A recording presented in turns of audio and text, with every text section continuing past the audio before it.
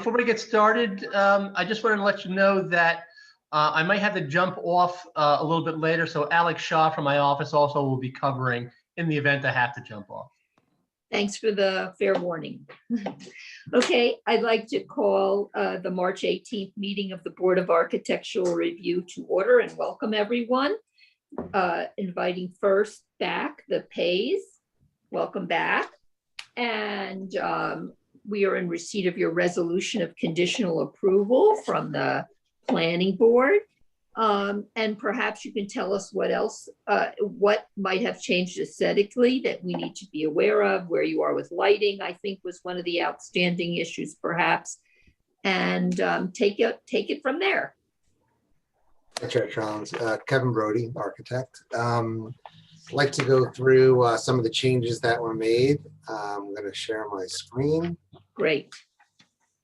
And let's see, that's the landscape drawings here. Sorry about that.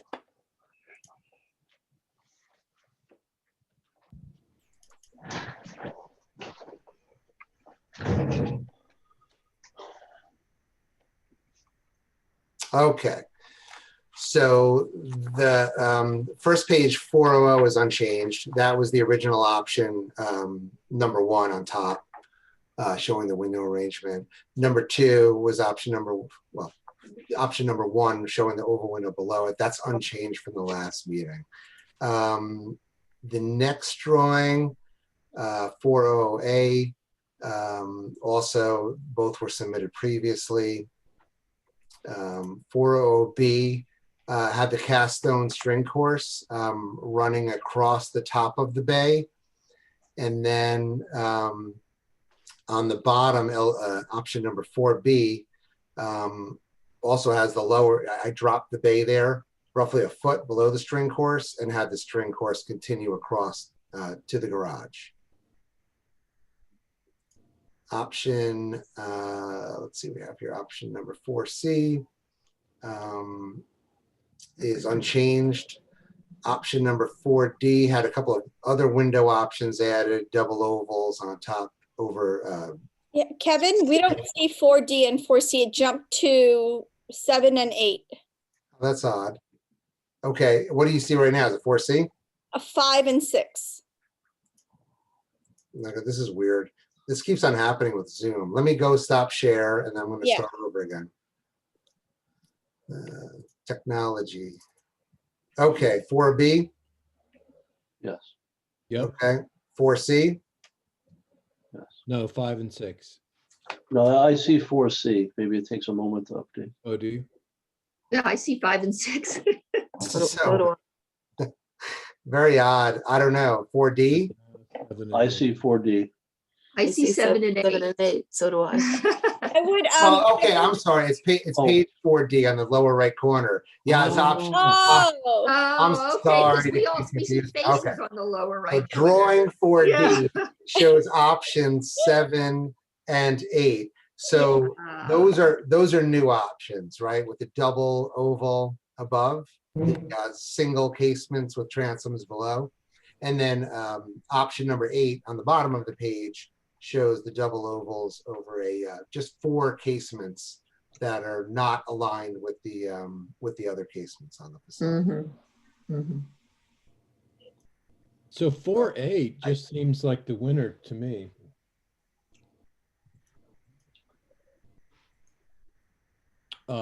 Which one? 4A. It's this next sheet. There you go. The top one there. I Oh, second four. that. Yeah. Oh, option number 4A. You like the one with the bay aligning with the string course? Yeah. Okay, Yeah. I like that as well. I also like 4B. I think either way, the bay adds a nice 3-dimensional component to the facade. I agree. Kevin, 4A would be my first choice. 4B would be my second choice. Okay. 4B, the only problem with 4B is that railroad symmetric, line of windows again, because they're all the same height. Mhm. Whereas 4A breaks that up nicely. So that's the I agree. I think, for that one. Okay. Okay. And okay, so now let me move around to the side. So Ms. Pace changed her mind about the garage door, so we wanted to introduce this to you versus the older option. And these have chevron V-groove panels. Yeah, And, kind of like I was going towards like a herringbone, I guess, style, and the door knockers, you know, to mimic the front door. I didn't want them to be disconnected. I wanted some sort of fluidity between the front door and the garage doors. Mhm. It looks handsome to me. I like the herringbone. Putting those door knockers on there, that personally I don't like that, because it's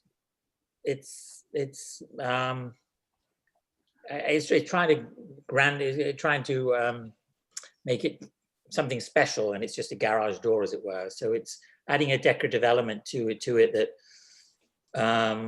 I think detracts, in my opinion. Okay.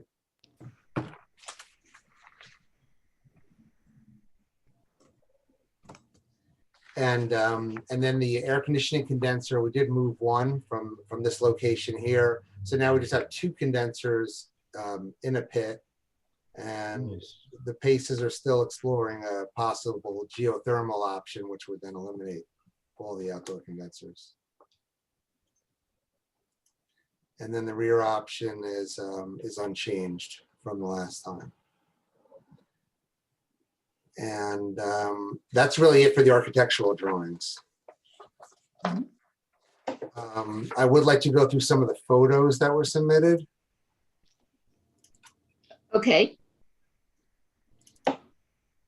And so we didn't submit samples yet. I'm still waiting for some slate samples to come in, but I wanted to get some feedback from the board as far as what they thought about the direction we're going in. So the first option shows a beige stucco with off-white windows and kind of a charcoal slate roof. Or when to be looking at that? Can you see that? Okay, hold on. I'm still on my elevation. All right, let me share screen again.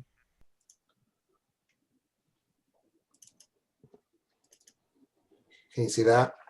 Yeah. yes. Okay. So let me go back. So on the first one, whoops, sorry. The first one has the off-white stucco, like a beige color, with white, kind of off-white windows, but more towards white. And then a charcoal slate roof. Color scheme 2 is also more of like a beige stucco, kind of similar to the first color scheme, but the windows are a little bit towards white, more towards white in this option. And the roof is a little bit darker charcoal. Color scheme 3, not sure I love this one so much, but it's a much warmer color stucco. Whoops, sorry. It's a much warmer color stucco, and then this had the monochromatic, window color matching the cast stone, and then the roof was a little bit more mottled with some beige in there.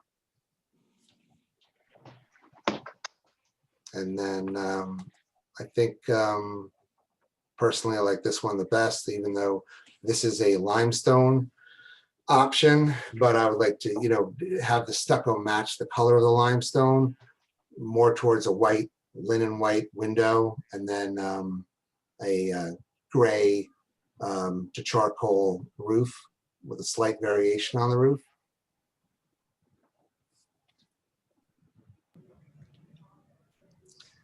Front door we presented already, and we're actually in contact with a company that does hand carved doors.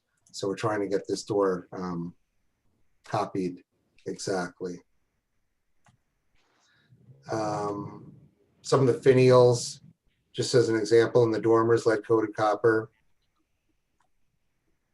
Member McQuilkin had mentioned that he would like to see, I think it was Member McQuilkin, would like to see the lead coated copper on the hips, similar to this design here, which was actually partly just as anticipating wear and tear.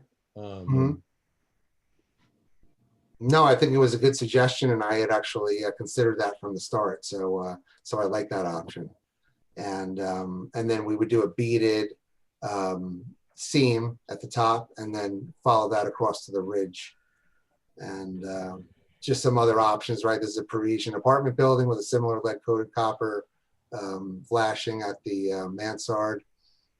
Same thing on this chateau here. It has the lead-coated copper and the finial.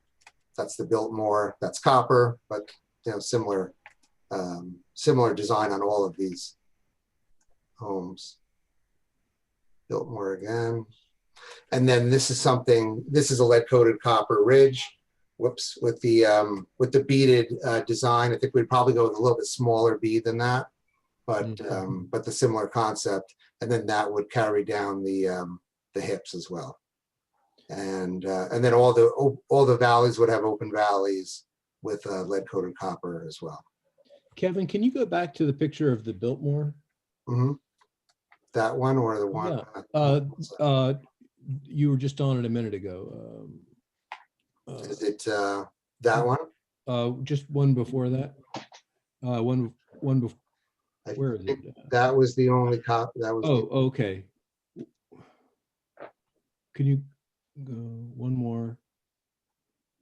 That's the One more? Biltmore. Is there one more? What's beyond this? There. You were just on it a minute ago. There you go.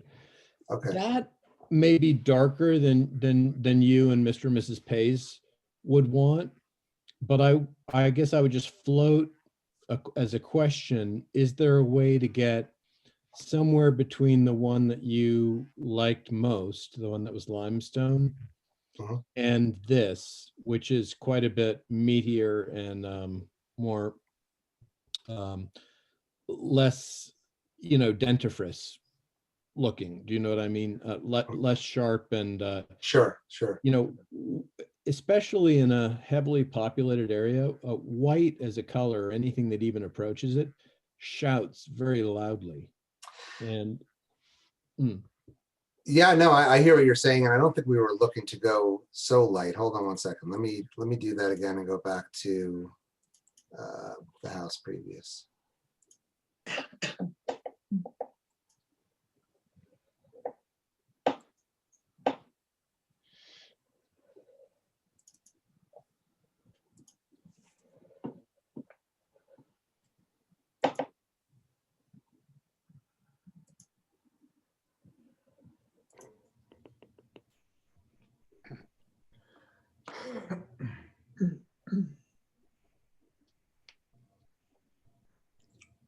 While we're waiting, I just wanted to make a comment. The houses that you showed before, there was one that was like a Hotel de Ville that was had the French flag outside, and that one looked fantastic.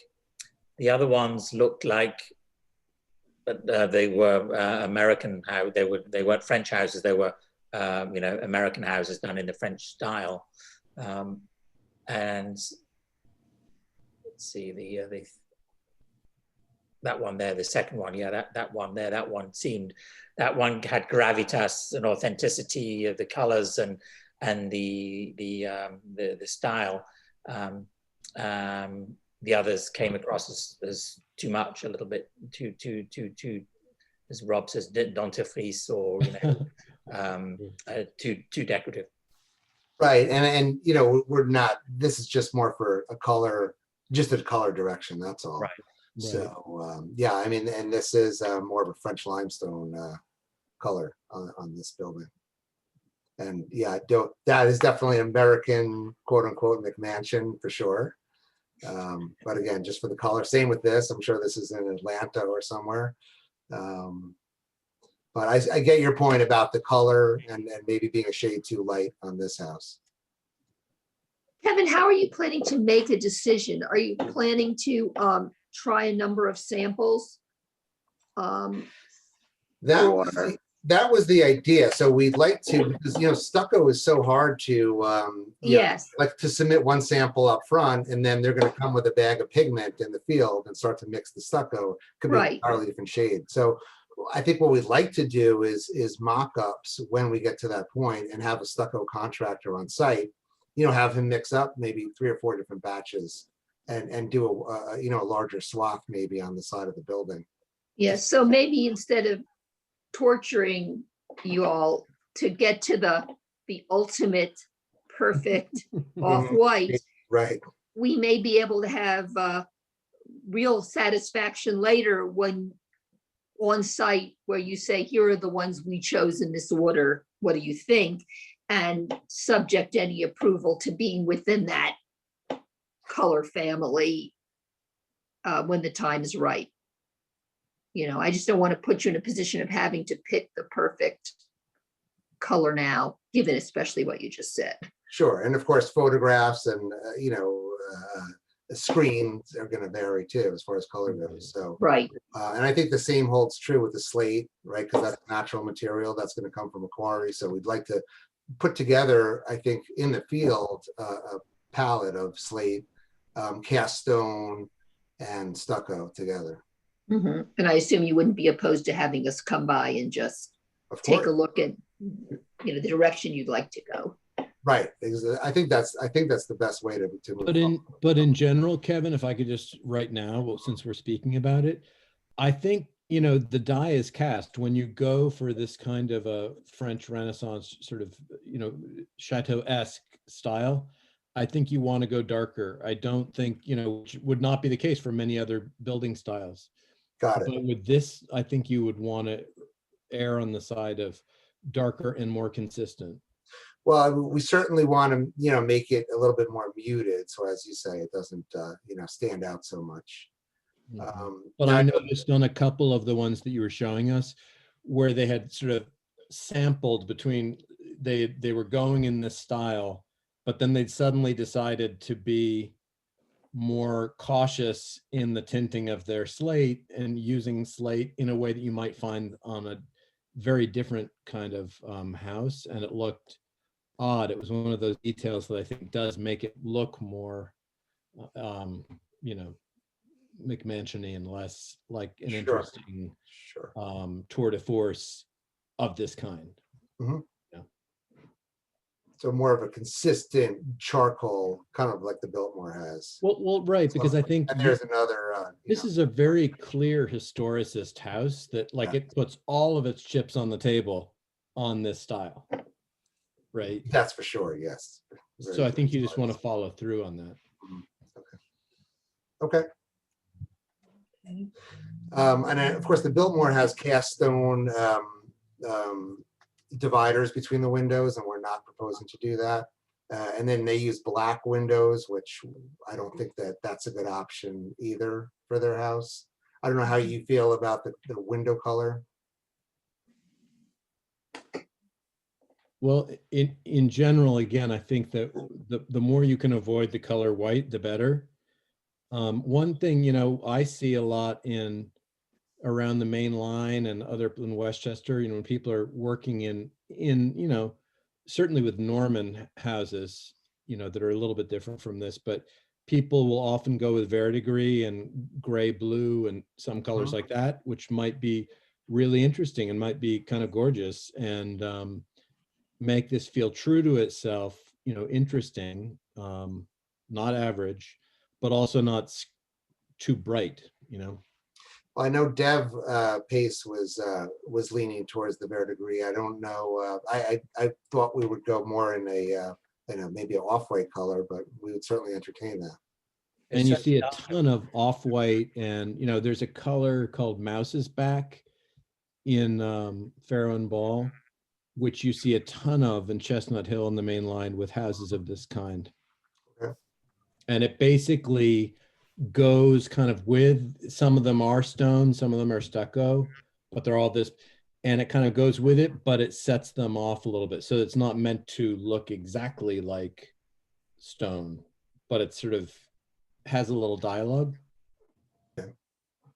Certainly that darker, stronger color would, away from white, would set the tone and make the other elements stronger, more would highlight the decorative elements. If there's that positive, negative, yin and yang, foiling each other. It would be a good move. But yeah, white would, or slightly off white would make it more McMansion-y like. Okay. What is that color, Rob? Mouse back. Is that the color of your hair? Or is it? It's the color of my spirit, my friend. My shriveled spirit. Yeah. Well, I wanted to get some input from the Pays and see if we're taking this in a direction that they're comfortable with.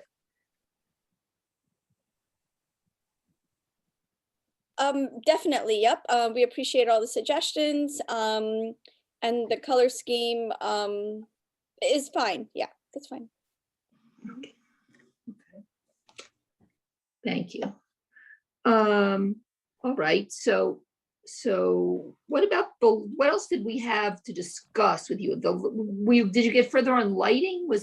Did we have lighting outstanding? I know you had gotten some suggestions. Am I right about that? But yeah, we're gonna go into the lighting next. And Okay. just to wrap things up a little bit. Sure. I know it's a minor detail, but I had submitted this snow guard initially with the photos that you received, and then I'd rather go with this one. I think this is more substantial and traditional. If no one has an objection. Can I ask a question, Kevin? Yeah. I'm still on a screen. I'm not seeing images. I'm just seeing basically a computer. Okay, let me do it again. This, I don't know if everyone else was or not. it just seems to keep Oh, happening. there you go. Yeah, no, it seems to keep happening with the Zoom. I don't understand why. So that was the snow guard that was submitted, and then I found hold on a second, that snow guard, which I think is a little more traditional and substantial. Nice. So I'd rather propose this one than the one that was submitted. Mhm. Great. Okay. And then Karen, I don't know whether we need to even go through it, but I'll go through it very briefly. The only change on Karen Arendt's landscape drawing was the, hold on one second here, was just the move of the condenser units from, one condenser unit moved from the pit on the south side here.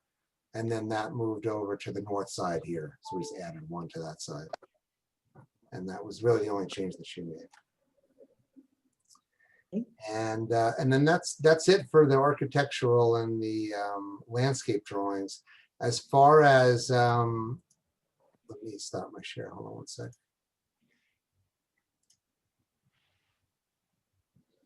Okay, so as far as physical samples, window color to determine window colors, do we need to do that now, or is that something that we should do later once we decide on the stucco and Yeah, stuff? if you're not ready to do it now, I mean, you have our input to understand the family we're comfortable with. An approval can be conditional on coming back with a site visit for the colors. Because I mean, as the board knows, there's a long road ahead from designing the structure and putting it out to bid and eventually getting a shovel in the ground. So, if in general we're in good shape, I'd like to get a conditional approval tonight so that we could, move forward with this, at least from my end, and start really getting into more of the final design. Yeah, I just want to clarify the window. I just Googled the Biltmore photos as well as we were talking. So the windows in the Biltmore, I guess they're the darker ones, right, Kevin? They're like a black charcoal color, yeah, but that's a little bit different because they have the cast stone surrounds, which we're not, we're just kind of trim. They actually have like mutton bars that are in cast stone between the windows. So yeah. And I mean, I like the aged color on it as well. I mean, on the Biltmore estate itself. Yeah, I mean, I think like we're all the looking for that vintage aged- patina feel. Yeah, Yeah. the vintage aged look. Yeah, Yeah.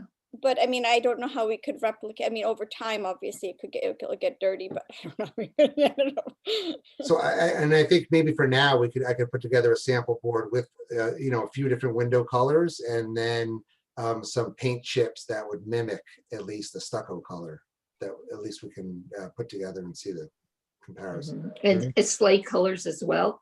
And slate, sure. Yeah. Mhm. Mhm. Okay. Did you want to talk to us about lighting? Yeah. Yes, so we have John Carlo Maris and Ryan Curtis from Maris Design, and they're going to be discussing the lighting. Hi, how are you? Hi, everybody.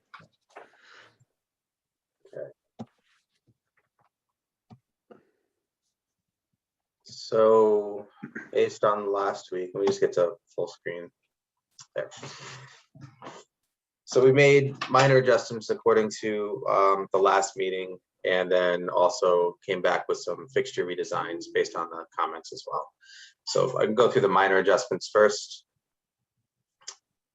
Right here, there were originally post lamps. We had switched that to linear lighting now. That's just grazing down those two piers, and from the caps, fully hidden fixture at that point. Right. So that was one of the requests.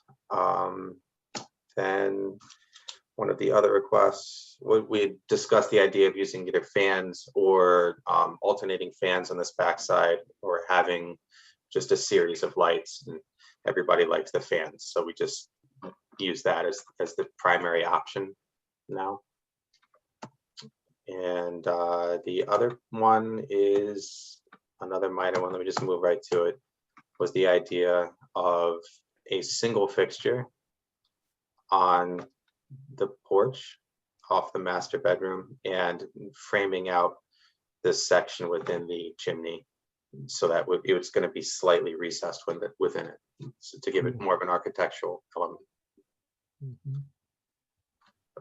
Besides that, it was really the plan itself, where the fixtures are. We haven't changed that. That was good as is. It was the styles themselves that was in question, trying to soften some of the Gothic elements, and just develop something a little bit more chateau countryside style.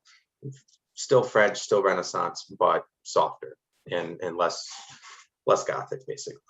So this is the Genie house. It's a fully custom fixture, so they don't have cut sheets on this. It's a copper fixture, comes in a variety of different finishes. I have a finish chart I can show you, and there's a few options for glass as well. This is definitely our preferred company. Even if you want to make more tweaks to the fixture family itself, because we can go fully custom with them, and they are copper handmade fixtures. This is an heirloom quality, which is better than what we can get with the second option. The Thompson is what we showed last time, although it did have the finials on it. We had removed those to soften the Gothic element, and change some of the dimensions slightly to make them a little softer. The Grand Light, though, is an aluminum fixture that is then powder coated. It's a very high quality powder coat, but not the same heirloom quality, as a true handmade copper fixture. Ryan, can we go back to the first option? Sure. This is Genie House is the company. I think that feels very in keeping with what everyone was requesting last week. And the materials sound very good too. Great. And the custom pier light, that's an important one because it was off-sized. So we want to show that. Previous page. It's the next page, right? No, it's the Oh, it's a page before. Thank you. yeah. So what does everybody think about that? That's scaled. So it's the exact pier that's been sized already. It's a little difficult to find something because we're limited on height because of code. So we're trying to find something that's less massive on the pier, but not so small that it's just dwarfed by the pier itself.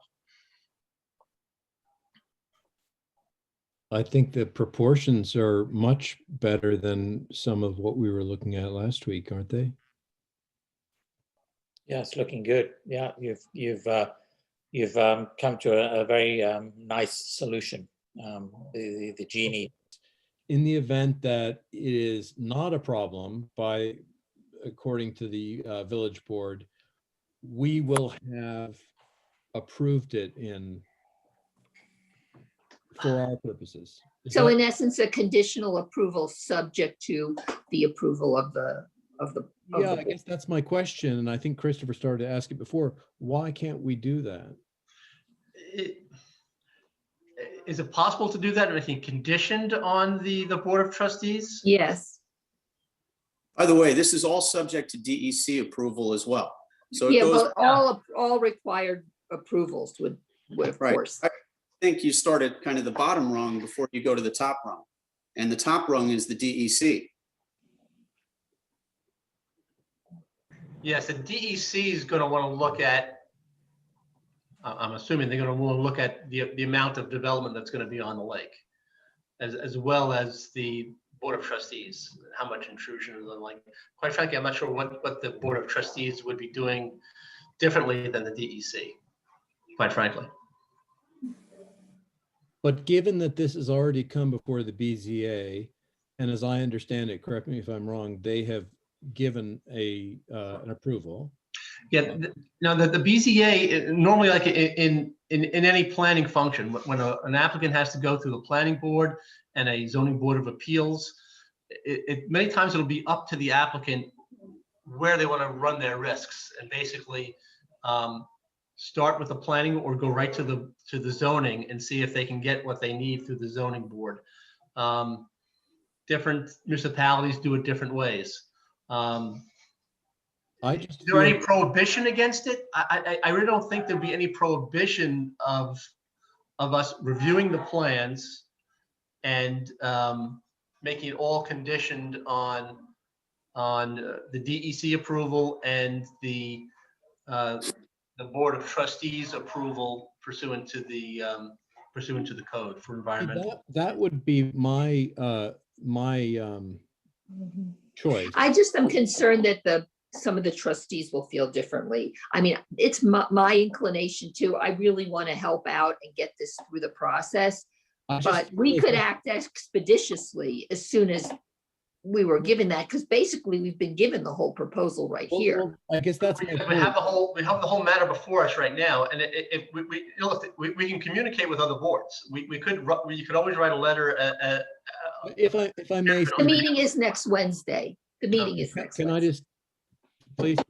Yes, Stephen, you were saying you didn't feel it was, a good idea to waste. We've already been talking about this. We have invested time. The applicant has invested time. The board has invested time. So that horse is out of the barn, right? You're not going to do anything to save us time. It's simply going to hinder the progress of this application. My feeling is the BZA, it's already come up before them. We've taken, a different tack. We haven't gone right to the Board of Trustees first.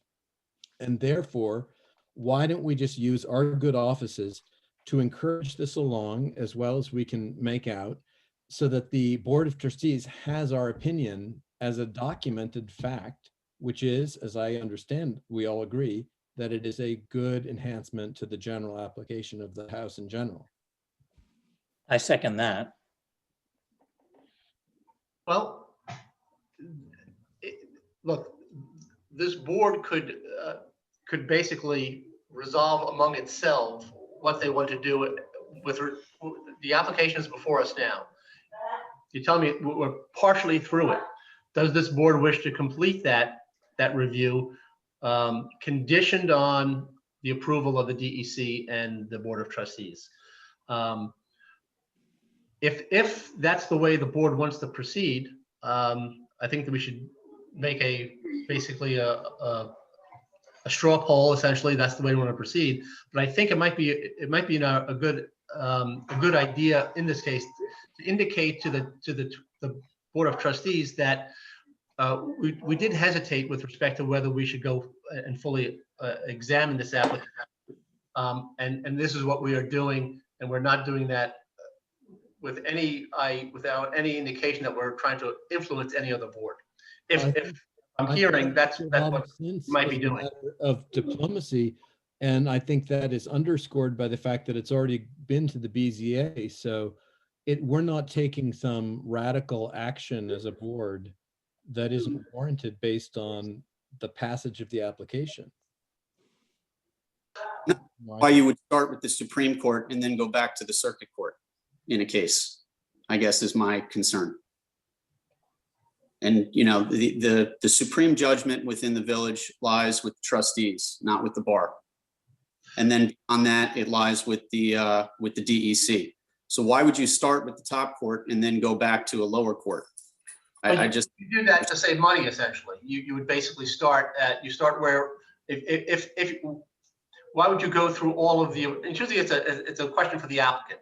Do you want to go through all of the lower approvals and all the expense and cost involved in that, if at the end of the day, there's a good indication that the door is going to be slammed on you on environmental grounds by the DEC or by the Board of Trustees? Problem with that is that we're here already. That correct. I mean, the fact is that decision has already been made. The applicant has used their resources and their time. The board has used its time. And so I think the only reasonable thing is to carry on with the passage of this application as we see it now. And if the board wishes to do that, I believe the board has their right to continue the review of this and then to pass it along.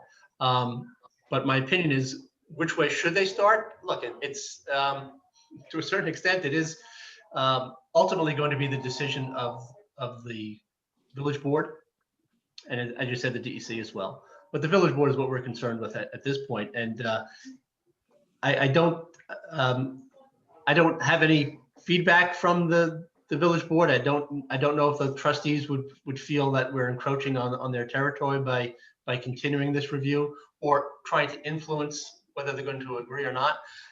It is different. It is different areas completely. If it's an environmental that the Board of Trustees is looking at, that's outside of our purview completely. And can I ask this question, Stephen? What was the purview of the BZA? Was theirs not partly environmental? What was their purview? I don't think so.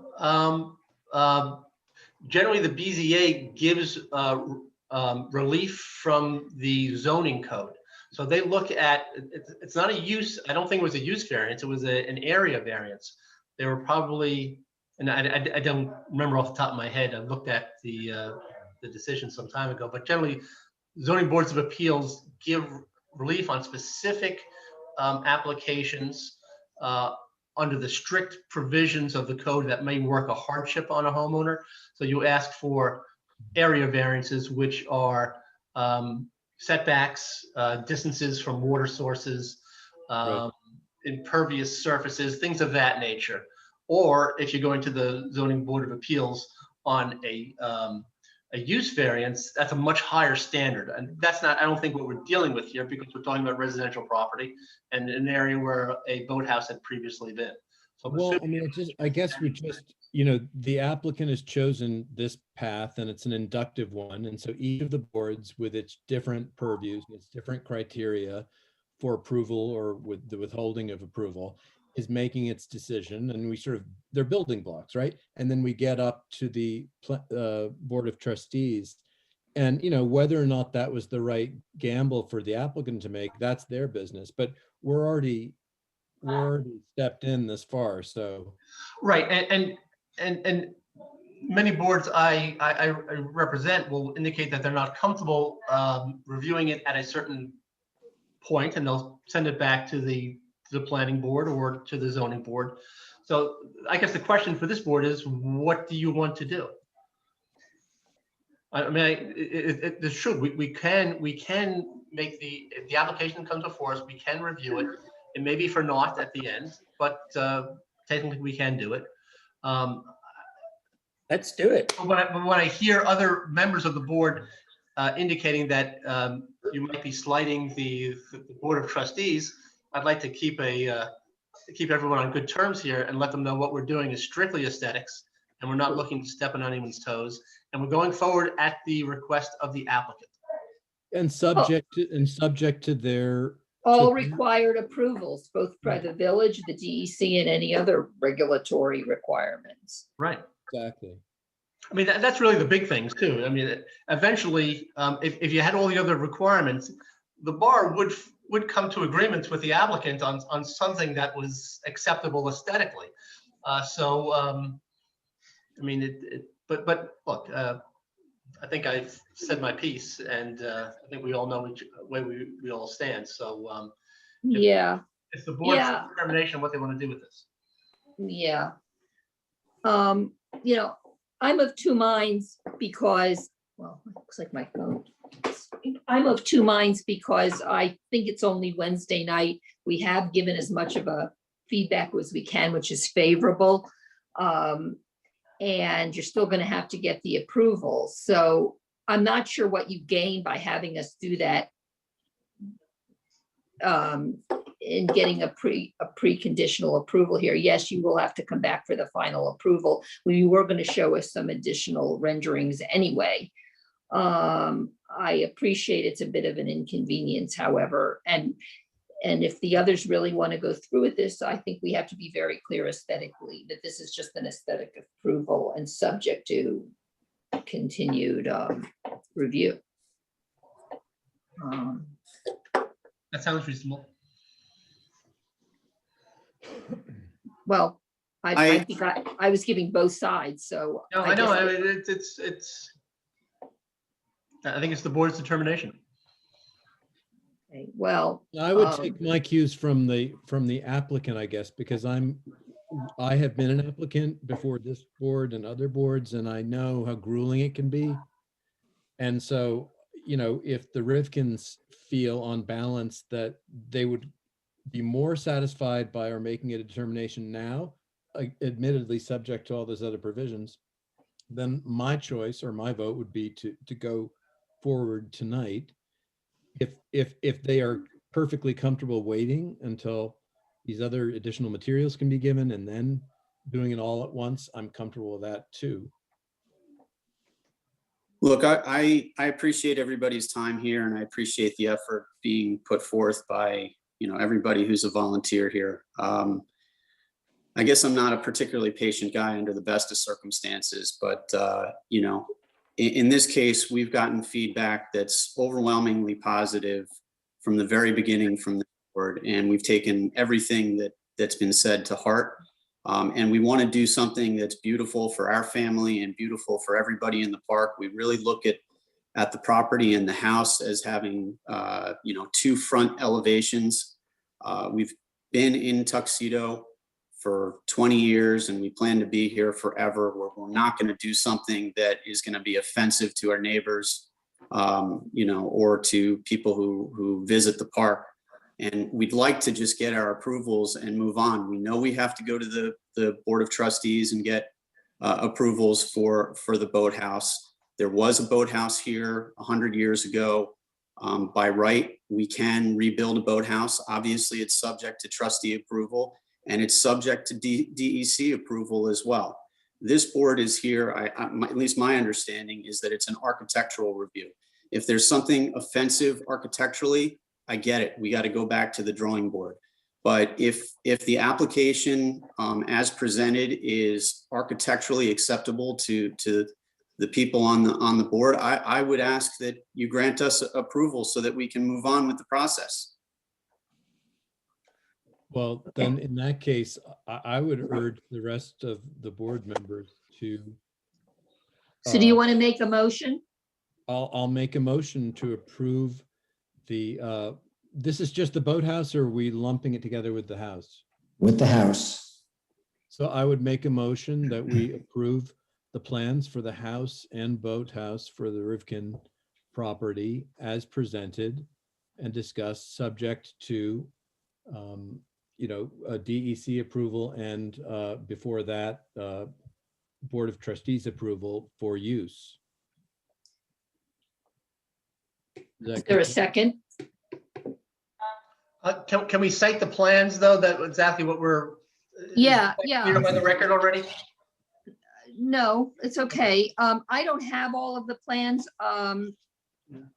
Do you have them to cite or do you just want, do you have them to cite, John? I'm sorry, I do not have a full set of the plans with me.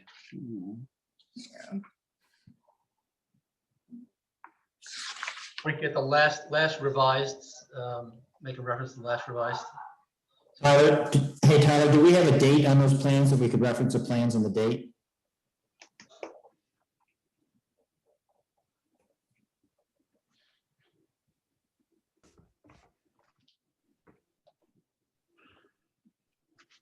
And the lot number. The boathouse is dated March 15th, 2021. S102, those I think I have, S102. Well, A comment about the motion. It's the boathouse that requires trustee and DEC approval. The main house Yeah, itself. that's a good clarification. Yes. that's what I was subject gonna say. We should Yes. break it into two resolutions that we're approving, if the board feels obliged to move forward tonight. Approve the house and everything that's outside of the trustee approval. Do we And then do a second resolution with respect to the boathouse. That's gonna be subject to Board of Trustee approval. Do you want to restate it, Sheila, or? The motion, well, it's your motion, but the motion is to approve the Rifkin residence and the boathouse, with the boathouse subject to conditional approval, subject to Board of Trustee approval, Army Corps of Engineer approval, and any other required approvals. And subject to, and then we need some reference to the drawings. I don't believe there's any Army Corps of Engineer approval required here. I believe it's DEC and trustee approval. Okay. Do we have can we reference the prior drawings Yes. and any updates? The most recent drawing set for the house is dated January 22nd, 2021. Okay, and then That's if the you last could, revised date on that, just for clarification, that's the last revised date? That is the last revised date. Very good. And the boathouse is dated what, and last revised at 3/15, you said? Yes, March 15th. okay, and maybe you could give a more complete list of the drawing numbers in the resolution. You might want to also include the architectural material specification book as well. Good idea. And that we are approving that synthetic material, not borat, no, what's it called? Boral. Yeah. That we are, exceptionally, we are approving that in the light that it's not normally given approval, but we are planning to, in the future, incorporate that because it seems to be a well received alternative to a natural material. And do we have the lot number of the property? It's 103-1-42. Second, the motion. Josh, what's your vote? I'm having an issue with the Burrell. I think it's an excellent project and everything is great about it with the exception of that. That's the only thing that's an issue for me. I vote yes on both parts of the resolution. Well, we had discussed continuing to have a discussion on the Boral. Can we leave that out for now and have a continued discussion on the Boral so that we can get through this? We may not need that.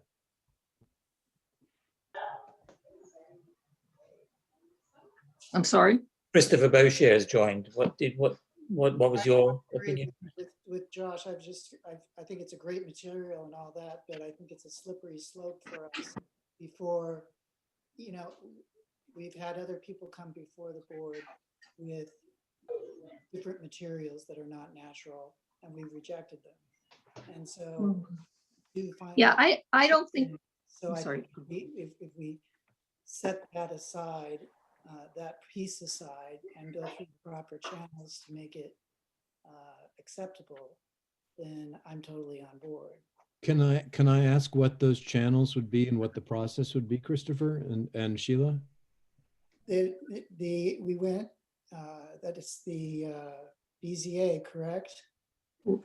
Yeah, no, I think that there's a discussion at a higher level of village government about approving new materials. And there is an understanding that it might have to be done on a piecemeal basis for outstanding applications, but I'm not sure we're to the point of approving it right here and now. So I think I would like to leave that out of the application in order to move this along at this time, if the applicant can live with that.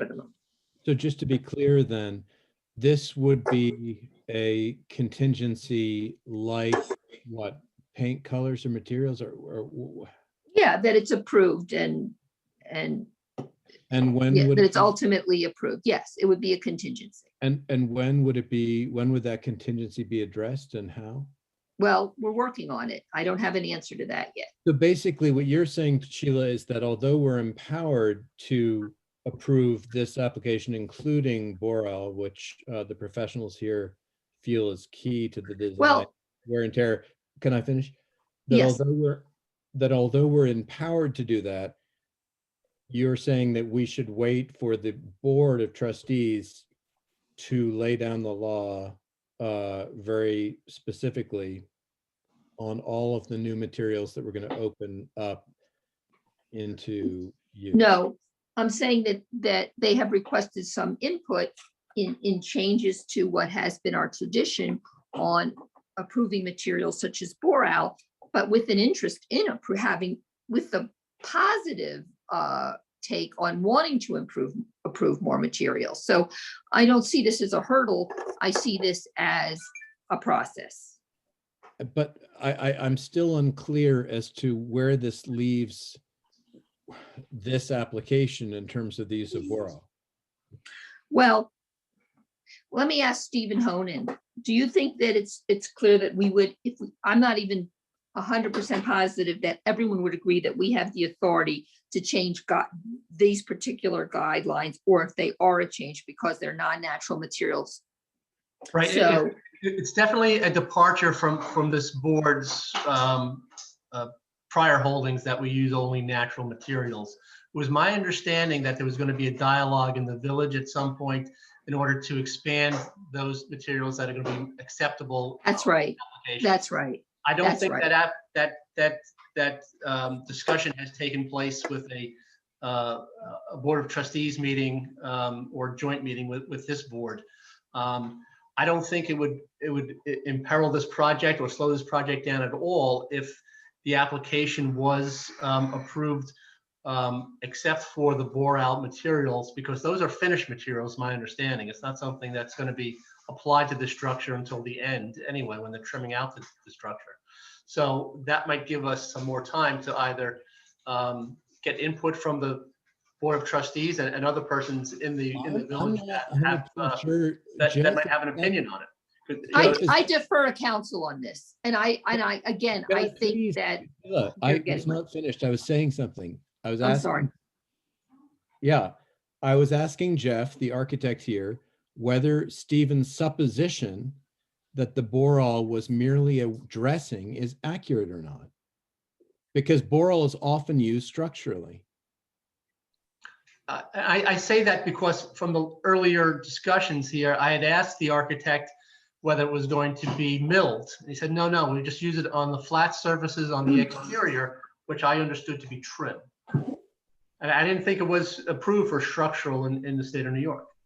It certainly is. I mean, people. I said I didn't know that. You very well be correct. I just didn't know that. So my internet cut out for just a second, so I feel like I might have missed some pertinent things Jeff, there. I was asking you how the Boral is being used.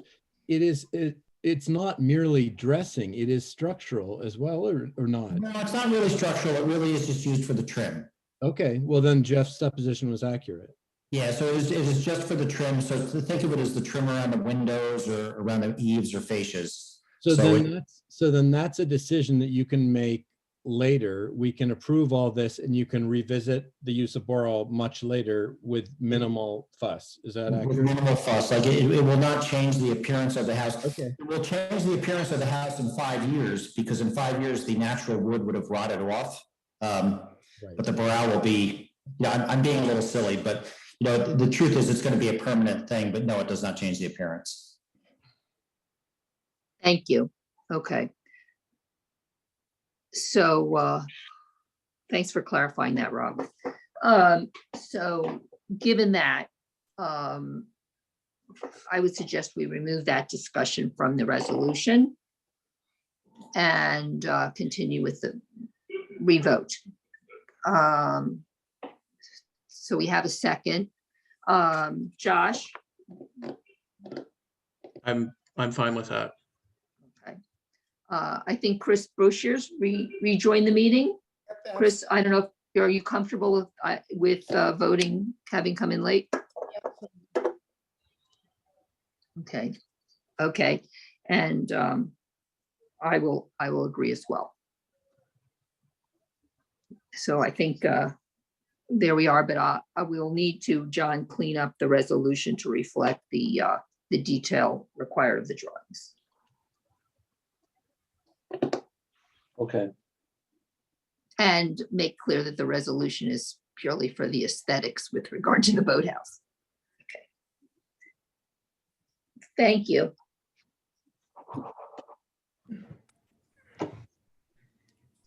Sorry, I'm confused. Do we have an approval from this board or? Yes, you do. You do. But Unanimous. we carved out the Boral. for now. Congratulations, you deserve it. It's a great Yes. project.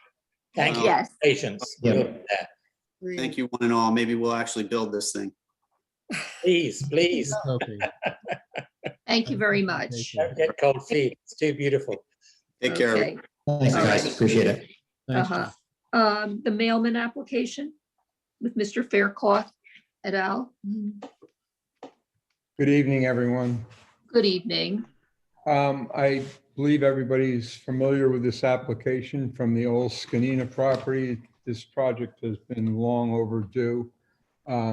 This has been drawn up and we've worked together with Dave Higgins on this and also Lance and Tully. Many site visits, many back and forths to produce something that's going to be aesthetically, finally aesthetically sound, and that we're also taking care of the materials which were illegally dumped on this site. We've taken everything into consideration. They've done a great job on the plans. Has everyone reviewed them? We'd like you to go through them if you don't mind. Okay.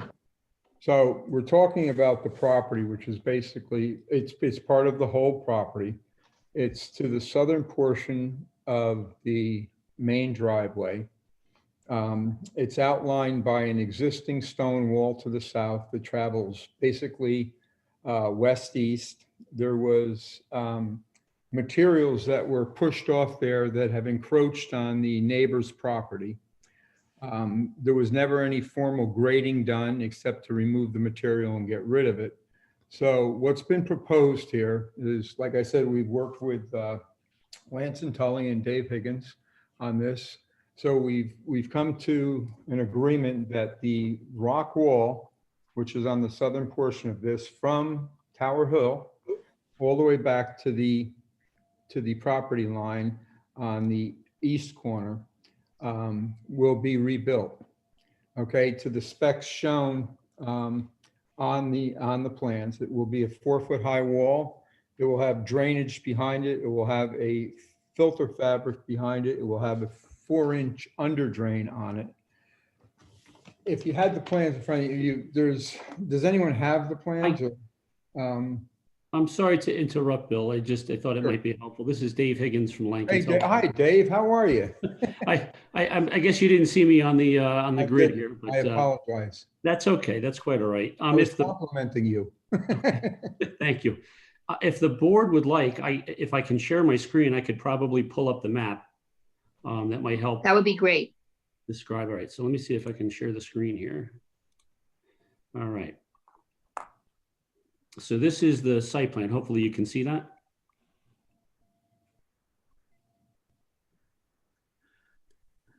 Yes, I can see it. Oh, good, okay. So I'll zoom into the area here. So the house is set off from Tower Hill Road. The driveway right now comes in along the back of the house. And as Bill had mentioned, there was fill placed all basically down this hill by the prior property owner. Some of it actually went, it appears to have gone just beyond the property line in a little bit of an area here and a little bit of an area back here as well. We had met at the property in the fall, Bill, myself, John Ledwith, and Pat Hines, and we talked about how best to clean up the fill, the portion of fill that had been placed across the property line, and how to stabilize this, how to make it aesthetically pleasing and attractive. And so we came up with a plan. We had a couple of iterations that we sent to Pat Hines and to John Ledwith. I don't know if the board had received those, had reviewed those or not, or they just were at the time being reviewed by Pat Hines and John, but this is essentially is the plan that we worked out in coordination with Pat. Basically what we are calling for is a dry laid stone wall along the property line. And first what we would do is pull back the fill material that was just this slight area fill that went across the property line and over here, and basically construct a 4-foot high stone retaining wall along the property lines on this side of the property, and along this side right here. Actually, it ends right there is the end of the wall, and on this side it's right here. So what we do is put that 4-foot high retaining wall and then start to peel back the grading to something that we can stabilize. And then along the top here, basically put some evergreen trees for buffering. And then the other thing that Pat Hines had requested was that we include a rain garden essentially in the upper portion here to catch some of the stormwater runoff. Basically, there's a swale here that we have worked into this that'll come into this rain garden, and then eventually things will, continue to come down the property and go across where they always have, since before the fill was placed. So, I mean, that's the plan. We do have on the plan, the planting schedule. I do know that Pat's office had mentioned that we had, this was Leland cypress. I think the label we had here was wrong, but it's Leland cypress. We had 8 of those proposed. And Pat had pointed out that those were not native to Tuxedo Park. And Use your phone, your computer. I'm sorry? I have to use your computer. So Pat had suggested using a different species for that. So I had looked up, I found actually online Tuxedo Park someone had a list of recommended species for planting in the village. I'm not sure if it was an official document or something that was posted on the internet by homeowners, but balsam fir, I think, was the one that I was looking to use in place of the Leland cypress. I would like to have that discussion a little further, that if we could put a mix of some maples and some oak trees in there, so we're not soldiered in a row, to make it more of a natural appearance versus that. If we could do a split on that, I would appreciate that. Yeah, that would be necessary to have a mixture, so it's not all one species.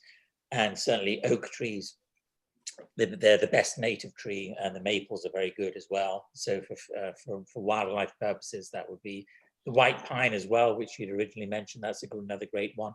I understand maybe a few Leland cypress because they're such no-brainers, and horticulturally they're well used. But yeah, they're not native. So if you, it's fine to use some of them, but if you do predominantly native, that'll be best. Okay.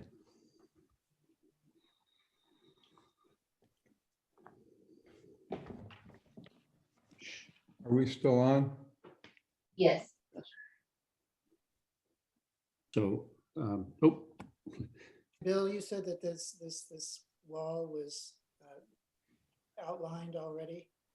There's an existing wall there that has been gone to rubble. So we have enough material on site that we do not have to truck in additional material in order to create this wall. And then we also have some larger stones on site, which we will use as a mix into these areas to give it a little aesthetics, to break it up so it's not looking like a big old flat field. Fantastic. I just want to mention that we are taking down these marks that are on here, these big X's. These are dead standing trees, which will come down.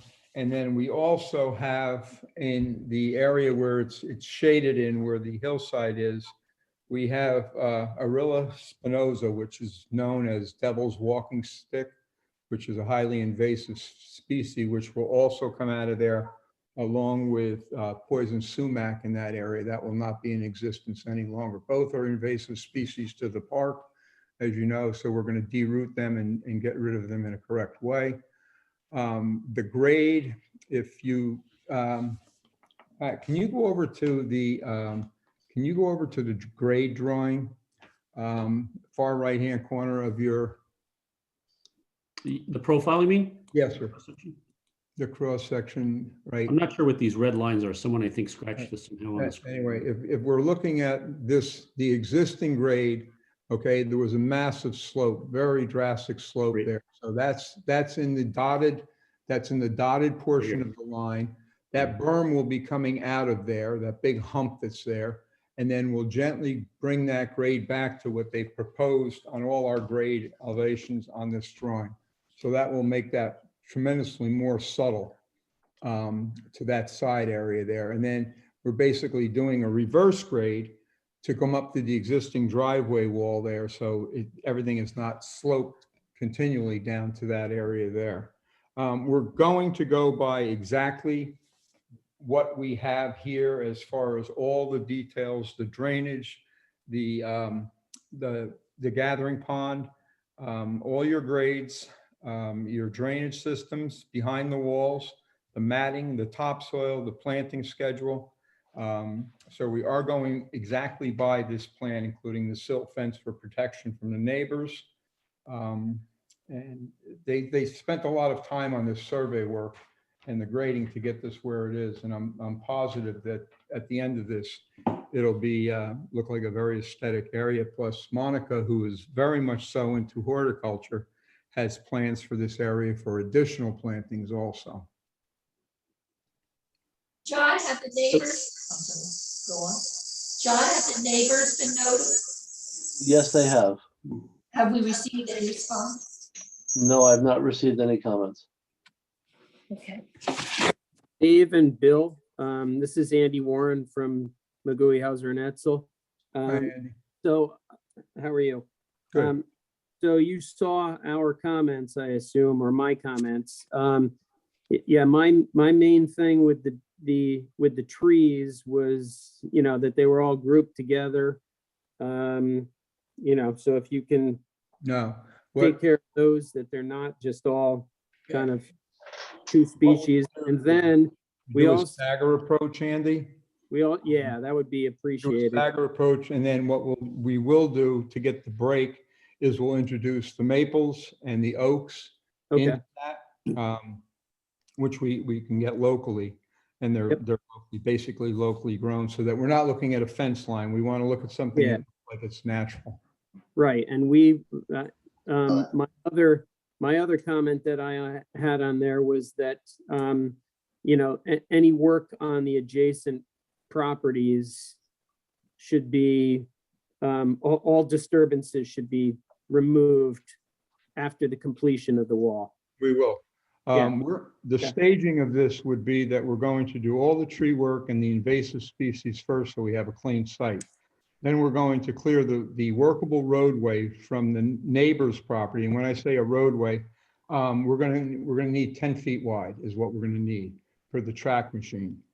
that will be cleaned out completely, okay, the stone and rubble, so, and then it will come back to natural growth. Just an interruption here. The Hercules Club is invasive. What's The- that? I'm The, sorry.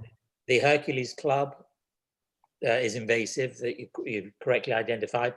The sumac there is staghorn sumac. That's a native. It's not the poison sumac. It's a very good sumac. So you don't want to remove the sumac because that's a very, very good species. It's not the invasive one. It's not the poison sumac. It's not.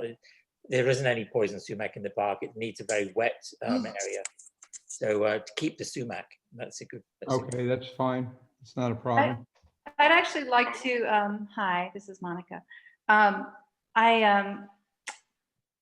I'd love to just verify that because I actually think it looks quite interesting, but I have had other people come to the property who are horticulturists who have told me that it was invasive. Is there a way of? Oh, it's no, I mean, it grows rapidly. So some people would call it invasive because it grows quite quickly. But it is a very good native species, good for wildlife, good for your garden. But it's some people, yes, could call it a thug because it grows quite quickly. So, but it's not. Hello? It's not. Sorry, can you hear me?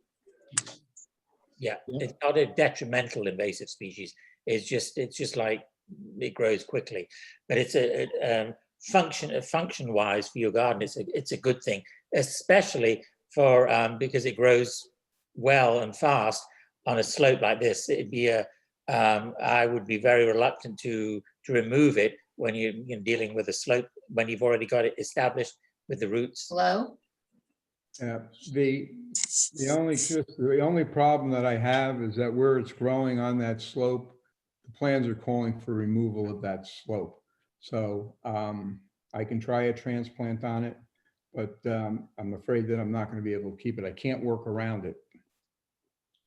Right, then that's the case. Then yeah, and if Monica, you're uncomfortable with it being, a fast grower, then yes, there are many other better native species that you could plant there that would be evergreen if you wanted more screening, like leatherleaf viburnum, that sort of thing, that would please you and please the environment more as well. Yeah. Yeah, no, I am interested in native plants. I think that, that's very interesting to me. But I mean, as Bill said, it's on top of some of the rubble. So. Right, yeah, so we got that. But I'd be happy to meet up with you and talk about native species and things like that, to ones that work and ones that don't. That'd be great. So, yeah, that would be good. So I'll be in touch with you about that. Super, thank you. So that's basically it. I would like to see if we could move forward on this, and so that this contingency on their deed is removed. They've already removed the portion of the agreement. The oil tank is out of the ground, and that's all been tested and done correctly. And we'd like to move forward and get this project started prior to, if possible, to the growth with leaves and so on and so forth on some of the trees. It would just make it that much easier.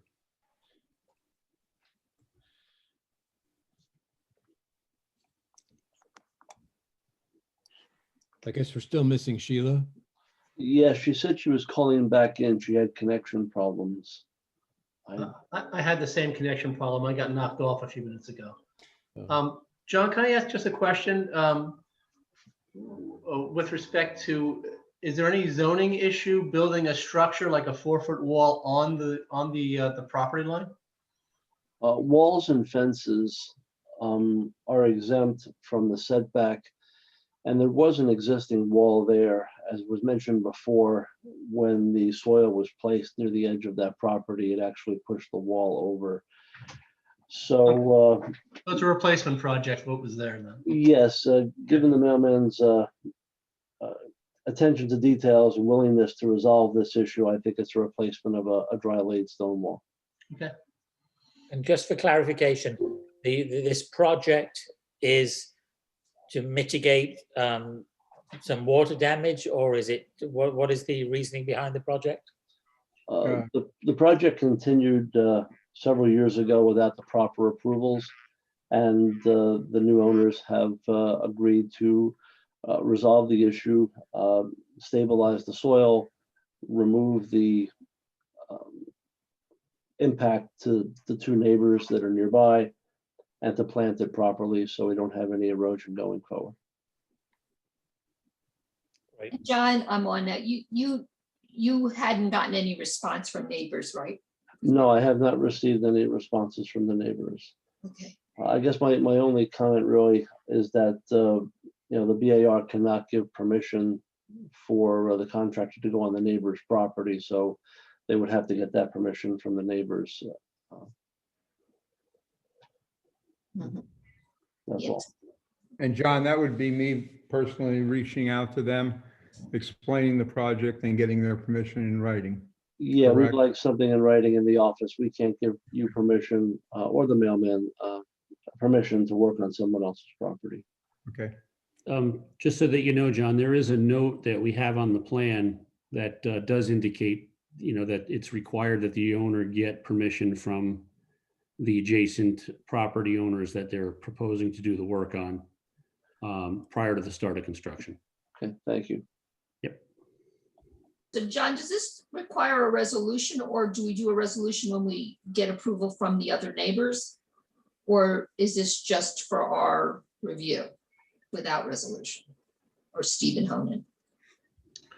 Well, I think if you approve it, you have to put it in the form of a resolution, but it Right. has to be conditioned. I think the plans have that note you indicated that no work will be done on the neighbor's premises unless there's permission from the neighbor.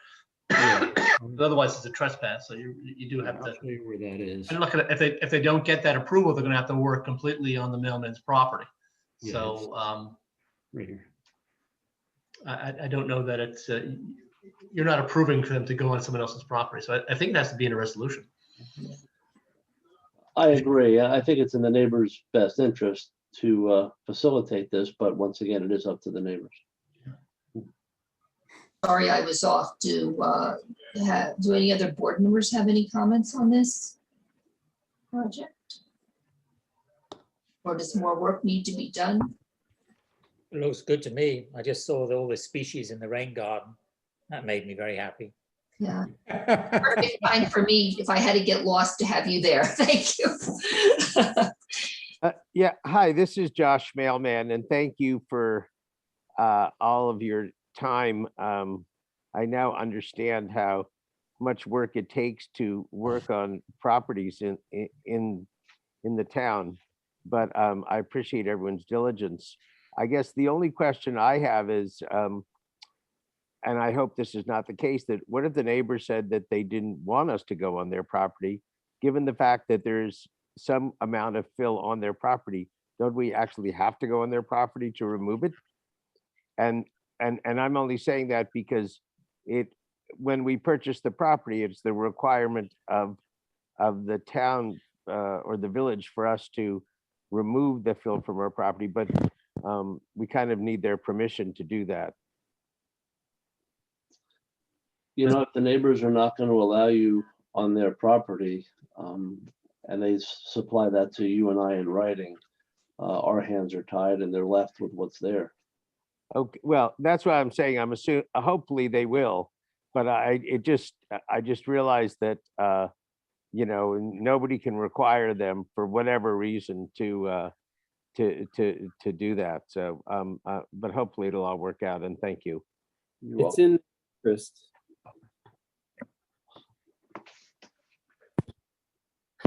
Okay, so with that, are we ready to make a resolution? Yeah. So I'd like to make a resolution to approve the remediation plan proposed by the Mailmans at 115 Tower Hill Road West, parcel 106-122, subject to approval of their neighbors who have to approve of work being done on their property. Does that work? Is there a second? Second. All in favor? Aye. Aye. Is that unanimous? Okay. Okay, thank you very much for your Thank effort. you very much. Thank you all very much. Thank Have a great you, night. thank you. Thank Much you. appreciated. Have a good evening, everyone. Too. And the Denberg application, thank you for your patience. Welcome. Do you want to share with us your proposal for a screened-in porch? I understand there's a variance you'll still need to receive. That you'll still need to receive, and you may need to go back to the BZA or something, but why don't you share with us what your vision is? The only person who has the plans that I don't know how to share on this, I don't have them scanned and able to show you. I know John has a copy of the plans. I don't know if John can put them up. I'm Oh, good. John, thank you. Yeah, we need a small variance. I think it's 12 feet. So I know that it's going to be denied until we get the variance, but John was trying to be kind enough to get me into the meeting so I could get some guidance.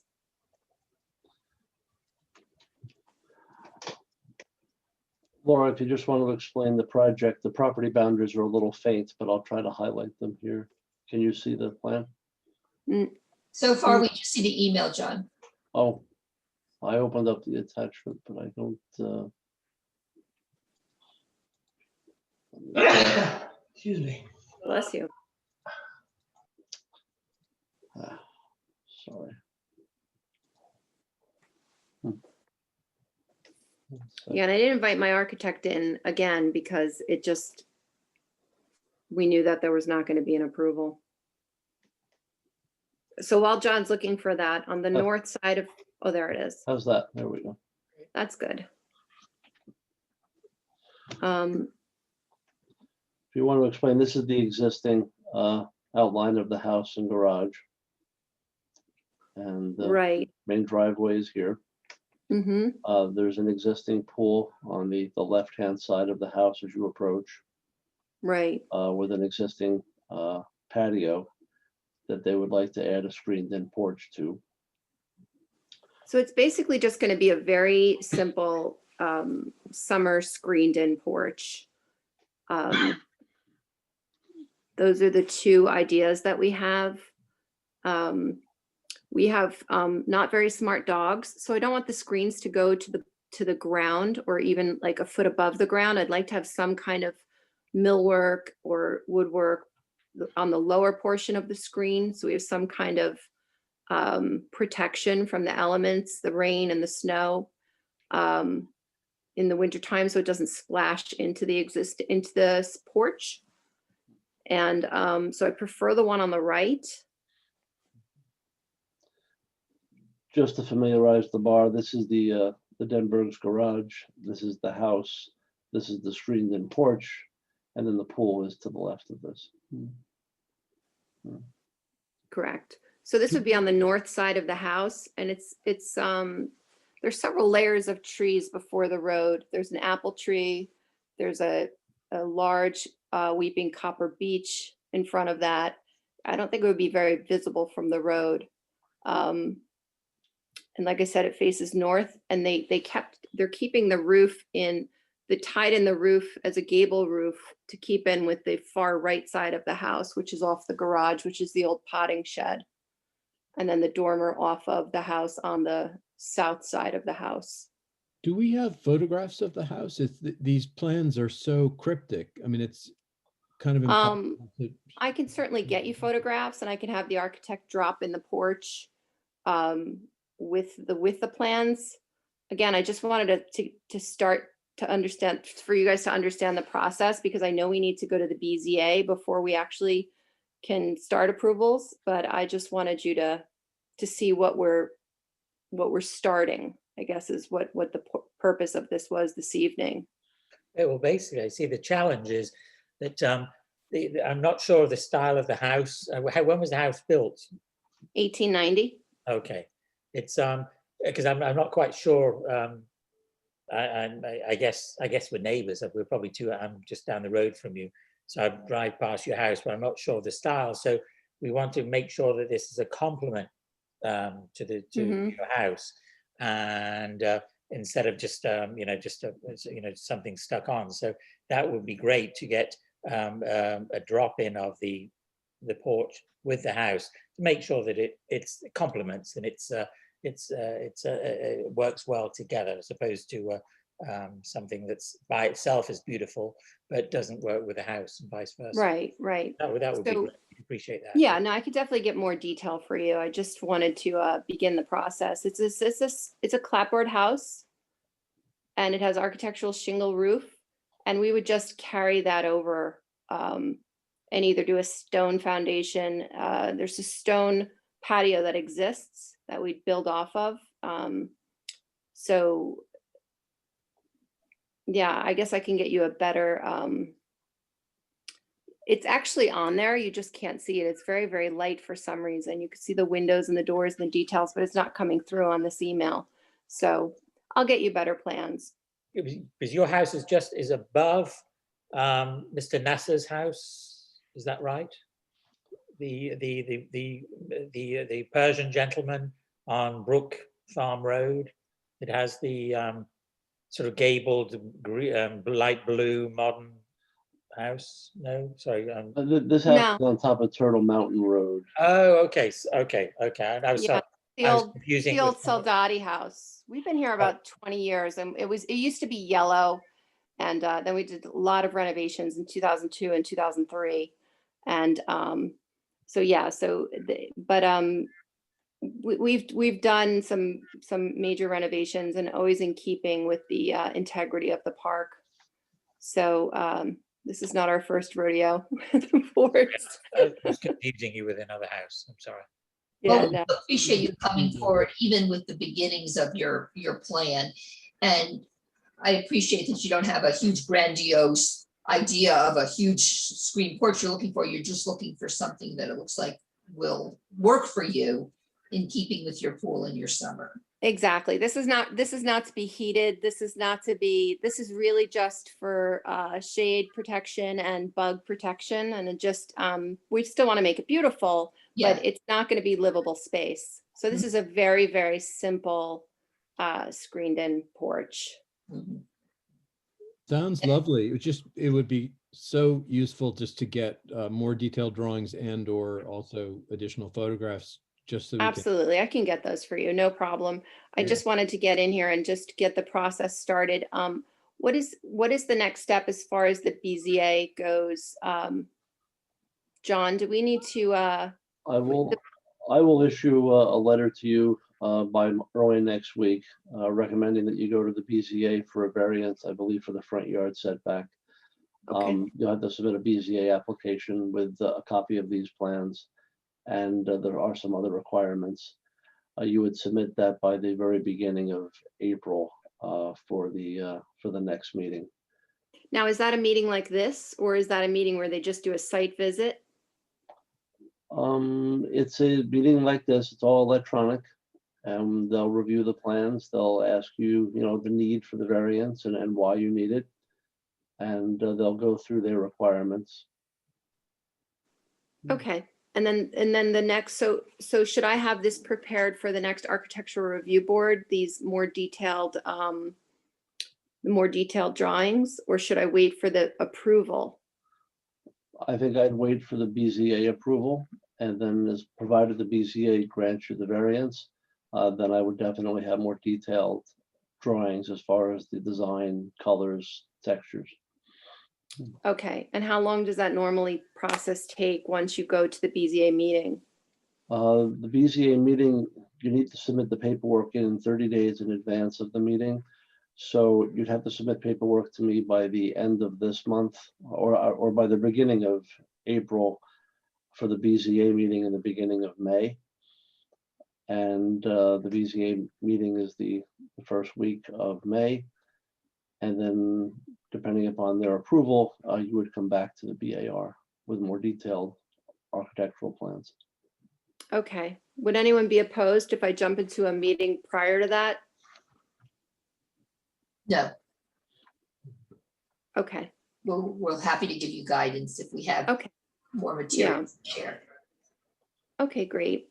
All right, John, so I'll get that to you, and I'll get the more detailed plans to everyone for the next time we meet. Great. Thank you. Thank you. Thank you for coming. Okay, Have a good night. You too. Okay, John. We have to approve minutes, Desiree, of the last meeting.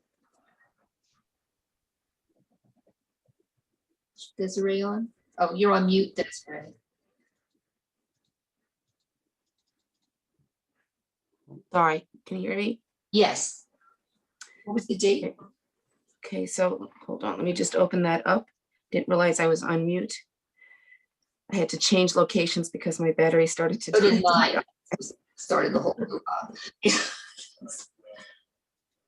Okay, so that was February 18th. 2021 was the last meeting. Okay. I don't know if there was any others prior that John may have done in January. Yeah, I think we're still preparing those, right, John? Yes. Okay. So February 18th? Was that it? Sorry. Yes. Okay, I'd like to make a motion to approve the February 18th minutes of the Board of Architectural Approval of Board of Architectural Review Board. Is there a second? Second. Thanks. All in favor? Aye. Great. Motion approved. Is there a motion to adjourn? Yeah. Motion to adjourn. That can be part of the record, that shout? Oh my goodness. I need a second. You got it, baby. Everyone in favor. Thank you Aye. all. Good night. Have a good night. Good night. Good night. Everybody. Good night.